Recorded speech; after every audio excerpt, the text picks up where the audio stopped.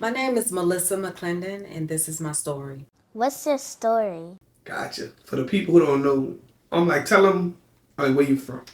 All right, so I grew up in Algiers in a cutoff, if you're familiar with Algiers. Went to Edna Carr High School and come from a family, a large family, and you know, just regular girl growing up in Algiers in New Orleans. Gotcha. So growing up in Algiers, hey, but how was it for you? Because you know Algiers just like full with with a whole lot of like black culture where people don't know. Yeah, yeah. So, when I grew up, I had a lot of friends in the neighborhood. We were like close knit in our neighborhood. I was a tomboy, believe it or not. So, I used to play football and, ride my bike, do all those things. But I had a good time growing up. I really, really did. I enjoyed going to Edna Carr High School, of course. Still have a lot of friends from high school, a lot of connections too. Gotcha. So Yeah. like going to car, like hmm people don't know back in the day, but you had to take one on like tests. Yeah, like And it Carl wasn't was easy to go making. to car. It wasn't. Carr was like, so my sisters went to Walker. I was the only one that went to Carr. So Carr was like hard to get into. It had a really good reputation. I got a great education there, I feel, and a lot of good connections from Carr. Right. Because Yeah. but now everyone know Carr for winning these football Yeah. championships. But back in the day, when it was like Walker had all our good Uh-huh. athletes, but now, Right. now it's Carr. Yeah. Like back in the day, Carr was just known for academics. Like, and believe it or not, like when I was there, we started doing well, like in football and basketball. So, I guess that's when it was beginning. Gotcha. Yeah. So after high school, I'm like, what did you do? All right. So after high school, so I was a teenage mother. I had my daughter at a young age, got married young. But I went to school, started going to I'm, UNO. I won't cut you off. You gotta tell the people on like what age.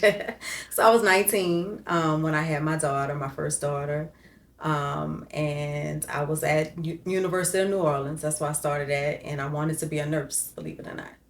So, I was trying to pursue that, but being a young mom and then I got married and stuff, so that kind of slowed me down a little bit. And so how was that getting married at a young age? Because I always heard, but it's really hard to get married, like only when you're very young. It's like I feel like now looking back on it, because my daughter is, in her 20s now. Like looking back on it, I'm like, man, I was a baby. Like I didn't know nothing. So I feel like I grew up with my daughter. And then I had my youngest daughter when I was 21. So I feel like we grew up together. So even though they're my daughters, like we're still like really, really close friends. Yeah. So they Nice. my friends. Yeah. We didn't seen it all together. And so like being in college and also trying to go home and feed the babies and hmm actually be a wife. Hey, but It's how was that? it's a lot of responsibility. So, trying to be a wife, I mean, I started going to school part time, so I had to kind of take my time with school. But I was always determined, like, I'm gonna finish. I gotta finish. So I didn't finish. I was 28. So you was telling me if after you had with your first child, if it's your child's I'm like father actually went to prison. So like hmm if explain everything how that went and like if how was that for you knowing that I'm like now you gotta really if like raise a child if actually by yourself now. Yeah. So I guess a lot of people like look at you now and they think like you never had challenges. But I had my daughter at 19. Right after I had her father went to prison and spent most of her life in prison. So he didn't get out until she was 17. So yeah, that was hard. And, I ended up you know, getting married a little bit later, but that daughter, I always felt like, I had so many things to overcome. Just generational curses, the stigma of having a father that was in prison. Just like I really felt like I have to fight against all those things with her. So yeah, it wasn't the easiest situation, but I was determined. I always had something in me that was like, "You gonna be okay," and don't give up. So I still went to college. At that time, I was trying to figure out my way, but I still knew, I had a lot of big things to do. So I'm like bring me back to that day that if your child's father got I'm like sentenced because you probably was like hmm probably heart struck like dang my child really about Yeah. to Oh be my God. on. Yeah, it was scary. Like, I'm young. I have a daughter. Like, I don't know what I'm doing. I don't know what's gonna happen with that. Like, at that time, like I'm in college, I wasn't making a lot of money, so it's like I don't know how I'm gonna do this. But even though I didn't know, it's like you just keep pushing through, and it's like you just take one day at a time. And but I was always like, I don't care about all these obstacles. Like she gonna be okay, and I'm gonna be okay. I always knew that. So Yeah. maybe we gotta go in like full depth now. So it's like your child's father going to jail, so people gonna want to ask like, I'm like, what type of men were you like into when you were young? So I grew up I grew up in a cutoff. I grew up around a lot of different stuff. I saw a lot of different stuff. So that was just somebody I knew from one of my friends. He was a nice guy, but he was just doing something to make some money. So not saying he was a bad guy, he got caught up in the wrong things. The neighborhood brought a lot of things that we see a lot of our community get caught up in, especially young men, like, fast money, trying to make money, try the wrong association, stuff like that. So he just got caught up. Gotcha. So like, it would bring me to the part where if you met another person and you actually married this person, but you're still trying to but keep your child's father. I'm like in her life. It's a female, right? I don't want to Yeah, okay, trying to keep him in her life, actually behind the wall. So like but how did you like actually juggle actually between with the two, and also still it remain one. I'm like student. I'm like I'm like UNO. Yeah, so I mean, I guess I was blessed because my now ex-husband, played a role with my daughter like she was his own.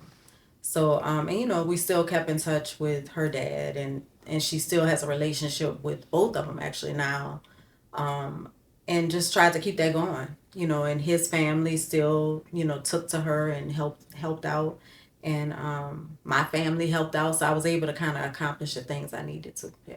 Yeah, but that's a blessing having like two dads as well. Yeah, yeah. Especially when you have a father that's in prison, it's like I had somebody that stepped up to that role, so I was blessed. And that was good too that he allowed that, because you know how some dudes be in jail, like ain't nobody raising my child. Yeah, no, it and wasn't like that. Yeah, yeah. So it worked out. so like being married, focusing on like finishing college. And but what happened? I'm like after you, I'm like finished college. Yeah, so I finished. At 28, I finished undergrad, and then I was like, man, if I could accomplish this, like it took me a long time to do it, but like towards the end, I was like determined, like I gotta finish, I gotta finish. So I started going full time. So I was a wife, I was raising two children, and I started going to school full time. But I was making like really good grades because I was so determined. So just because of that, I was like, once I graduated and I accomplished that, I was like, dang, if I could accomplish this, I can get my master's degree too. So I went and I got a master's degree in business management. And I just felt like the sky is the limit for me. Like once you put your mind to something, you could have obstacles. I'm gonna have obstacles. Nothing is easy, but if I could overcome this and still do really, really well, what else can I do? So I was like, go to get your master's degree. So that's what I did. Gotcha. Yeah. So after master's degree, did you jump? I'm like straight in. I'm like corporate world. Are you just opened your own business? So no, I was like in a corporate world. I was working for this oil and gas company. So I was doing the corporate thing for a while. And then I got a divorce, right? So I was living in this house, and I was like, I want to sell this house, but I want to do it myself. So still I was, I had then got my master's degree. I was working in corporate America, and I was like, let me just get my real estate license so I can understand how to sell my house. Because I want a new start. I want a new start for my daughters. I want a new start for me. So that's why I went to real estate school and got my real estate license. It was really just to do something for myself. And then I got my license, and my sister was buying a house, and I was like, oh girl, I got this license. Let me help you. Let's go for it. So I helped my sister buy my first sale was my sister's house. And when I got that check, it was like, I don't know, $4,500 or something like that. And I was like, dang, this is a great way to make some extra money. Now I'm a single mom. My daughters are getting older. There's some extra little money. I had my oldest daughter, I was putting her in private school. So I was like, okay, this will help pay her tuition. And that is why I started doing real estate. Gotcha. So bring me back. Like I never asked no one this question, so I want to ask this because and it could be like a 50-50 thing that goes on. Like when you working and you have a career and you actually going through one, I'm like divorce. Like, but how did that affect you? Like it was just like I'm like day to day because like if we're going through one, I'm like divorce. And like some people kind of lose their mind. Some people like, man, I don't know if this the right decision. And you also trying to focus and remain your day to day and actually keep your job as well. Right. Yeah. I mean, it was tough days, right? But I will say faith. Like I was trying to keep my mind right all the time, and going to church and just studying my word and just prayer, stuff like that. Because I'm like a kind of to myself kind of person. So I was going through stuff, but I didn't really discuss it like with my family or anything. I just dealt with it quietly, So I think faith and just knowing that I always felt like in my gut something else was there for me. Like I couldn't really place what it was, but I was like, there's something else. And just knowing that, yeah, just got me through. So, and because I kind of want you to give some, I'm like advice, like to some women that's actually probably going through the same thing. And like right now watching this, like, and like how do you, and like stay strong and like, but just through the whole, I'm like process. I'm gonna say that. I'm gonna say like if you have kids, I always wanted to be like this woman that my daughters could look up to. So that kind of help me make my decisions. Like, I'm not gonna crash out right now because I got my daughters looking at me, or my daughters. I need to make them proud. Like that was because I felt like my daughters are gonna grow up and be who they see, and if I'm setting a bad example, then that's what they're gonna see. So always thinking about that in the back of my head, like my children are looking at me. So that was a big thing, and just like knowing that faith or just knowing prayer, just asking God to help me with what I'm dealing with, and just one day at a time. I say that like one day, just get through one day, and then the next day get through that day, but just keep pushing. That's always kind of my thing, is keep pushing forward. I don't care what you're facing, keep pushing forward until you get past it. Gotcha. Yeah. So, actually with that, getting a divorce. So now you gotta go, I'm like start over. And I'm not saying I'm like immediately, but like just starting over period, like meet new people out there and dating in New Orleans. Like, hey, but how was that for you? I'm still there, it's interesting. For a long time, I was like focused on my kids. So I wasn't really doing a lot of dating. Was really focused on getting them, where they needed to be. But yeah, just it's a lot. When you got a career going, like right now I do real estate, so juggling that and meeting people and just making sure you keep your mind straight, being discernment. I'm always like, give me discernment to know who should be around me and who shouldn't. So but bring me back to the day, but you actually I'm like quit your, with your real job to be like a full time, I'm like real estate. Yeah. So, at that time I was a single mom, and I started selling real estate, and I was doing it just part time just to make some extra money. But I think because of like I was passionate about it and I just really wanted to help people. So it wasn't really about making like, trying to be this top producing realtor. It was like, oh, I like this. I like this. I like, helping people get to their goals. And plus I'm making some money doing it. So I think my business just started growing organically. It wasn't something I was seeking out. And then it kind of got to the point where it was like, man, I'm at work and I'm like, I need to take this call for real estate. So, I realized like at some point I got to make a decision. I did both of them for 2.5 years. So I was working a full-time job and doing real estate part-time. But I just started seeing that I had a more of a ceiling doing real estate. And I was like, well, shoot, I can make way more money doing real estate, and plus have some freedom with my time. I could spend more time with my daughters and stuff like that. I don't have to be tied to a 9-to-5 job. So I just got to the point where I was like, I'm going to bet on myself. If I didn't bet on myself all this time, and I was okay. Like I was determined. I went to college. I finished college. I defeated being a teenage mom, and my daughter's doing well. So why can't I bet on myself to try to be an entrepreneur? So I set myself, a date, and I saved some money, and I just said I'm gonna quit my job and I'm gonna try this for a year. I was like, I'm gonna try it for a year. If it don't work, I'll go back to working, and I haven't gone back yet. Gotcha. So Yeah. I'm like, what can you say if it has been your best year? So I will say like 2020 to 2023 were great years. I was like at the top.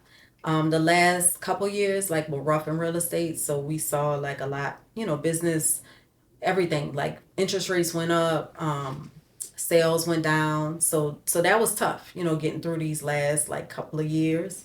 And now like we're starting to see like more activity, and we hope like this year will be a better year. But even, as an entrepreneur, like you have good years and you could possibly have bad years. So that's another thing you have to get past. I think being an entrepreneur requires a lot of faith. Gotcha. Yeah. So with that being said, everyone wants to be into real estate. They want to be one. I'm like an investor. They want to be an agent. They want to be a broker. I want you to like break it down, like, because everyone think it's easy.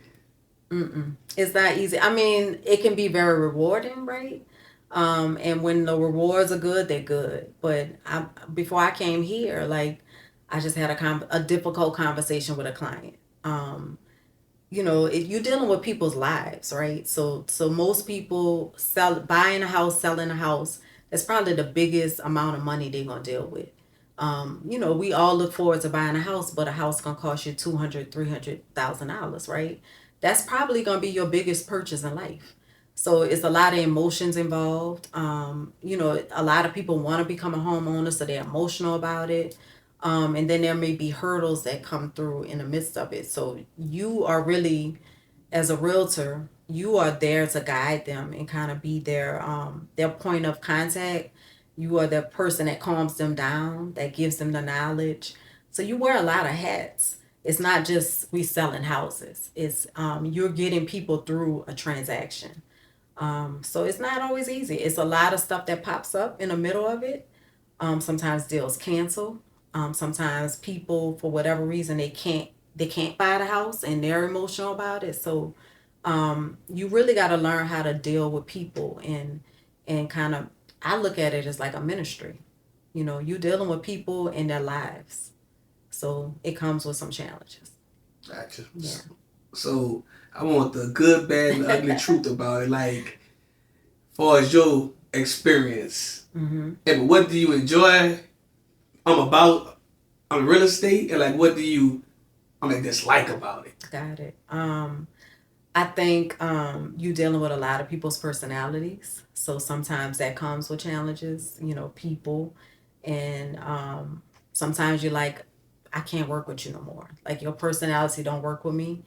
We don't get paid until we close on the property. So, you could have a transaction. You might have a lot of money riding on that transaction, and that transaction can close the day of close. It can cancel, right, the day of closing, and you don't get paid. So you might have worked for 2 months, 3 months on that deal, and it just goes. That has happened to me so many times. Like it just goes away. And people don't realize that. They think, realtors make all this money, but it can be very rewarding financially, but it also comes with a lot of, stuff can fall through and then you're not getting paid nothing.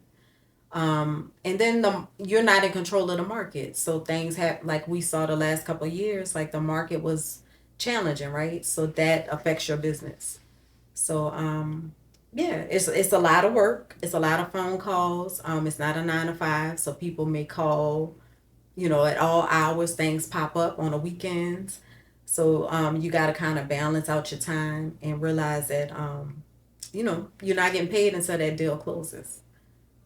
Yeah. Gotcha. Mm-hmm. So, with that being said, but you just started your own like podcast as well. Yeah. So, like, actually, what made you even like jump into that? Because I wanted to hear from other entrepreneurs. Because what I realized is that, being an entrepreneur comes with its own set of challenges, rewards, and I would like to have conversations. Like when I was kind of going through challenges in my business, I would call entrepreneurs I knew, and like just ask them for advice or ask them if they ever dealt with something like that. And a lot of times they'd be like, yeah, I dealt with this or I experienced this or this is what I'm going through now. And that would make me feel like, oh, okay, I'm going to be all right. So one day I was just thinking about it. I was like, I would love to like have a podcast where I'm talking to other entrepreneurs and just hearing their story, so that I can encourage myself and encourage other people in a community so they could just kind of get a kind of glimpse on what their life is like, of what their story is, of what's guiding them, getting them through it. So that's why I started. So it's my podcast is At Home with Melissa, where we have intimate conversations with entrepreneurs. So we get just like this, we sit down and we get to the depth of who they are and their story. Gotcha. So Yeah. like, jumping into the podcast world, ever do you find it easy? I'm learning as I go. So I'm getting better every episode, I think. But we had, trying to figure out the camera or trying to figure out the sound or how, like, I would be real nervous. Now I feel comfortable with it. So yeah, it comes with something. Ever do you like shoot it yourself? So I have somebody that shoots it for Okay. me, and that we're getting better. We're getting better with the editing. We're getting better with the sound. So I think as time goes on, it's just gonna get better. Yeah, it's all one like learning experience, with cameras, angles, lighting, Yeah, all that. mics. It's all it's all a challenge. It is. It is. But like as you keep doing it, you get better. Yeah. Yeah, but that's with everything. Everything. Gotcha. So, what's next for you? So yeah, I would like the podcast to be to keep doing that. I want to just keep getting quality people on there. Right now we had a small brokerage and we started with we merged with another company. So we got that going. I would like to do more like speaking, in a real estate forum, entrepreneur forum. I really want to help and work with other entrepreneurs. So that's probably going to be the next thing, kind of getting into coaching on some levels and just keep doing what I'm doing business wise. Yeah. So, are you gonna bring your daughters aboard? So you know what? Believe it or not, both of my daughters got licensed. One daughter is in college and doing her thing. She wants to be a doctor. That's my oldest daughter actually. So she's right now studying for the MCAT because she wants to become a doctor. My youngest daughter is kind of doing her thing. So they both know real estate, are involved in it, but right now they're not taking it full time. Hopefully one day one of them will. Yeah. But I thought it was gonna be a whole family thing. I thought so too. You was aiming for that, huh? I was aiming for it, but they kind of have their own vision of what they want to. Gotcha. So what's your advice before we leave to one? A teenage mom, but not knowing, but there's a world out there that anything is possible. Yeah, anything's. So my oldest daughter, I used to tell her, you defy every odd. I always told her that. Like, I don't care what your circumstances are, right? So she had a father that was in prison. She was a product of a teenage mother, right? I don't care what your circumstances are. You can defy that. And I believe in that. I believe in that with myself. If you work hard, if you have faith, if you believe in yourself and bet on yourself, you can defy everything and you can be whatever it is that you desire to be. Gotcha. And also, but last but not least, tell the world, what can you find you on social media and everywhere else? All right, so I'm on Instagram. I'm at Melissa_McClendon. You can find me on Facebook. I'm Melissa McClendon Realtor. I'm on TikTok. I think I'm like Melissa McClendon on TikTok. I got a YouTube channel. Check me out. That's where you can find my podcast as well. And melissamcclendon.net is my website. And reach out. I would love to conversate with you. If you ain't on Nolazine, you ain't on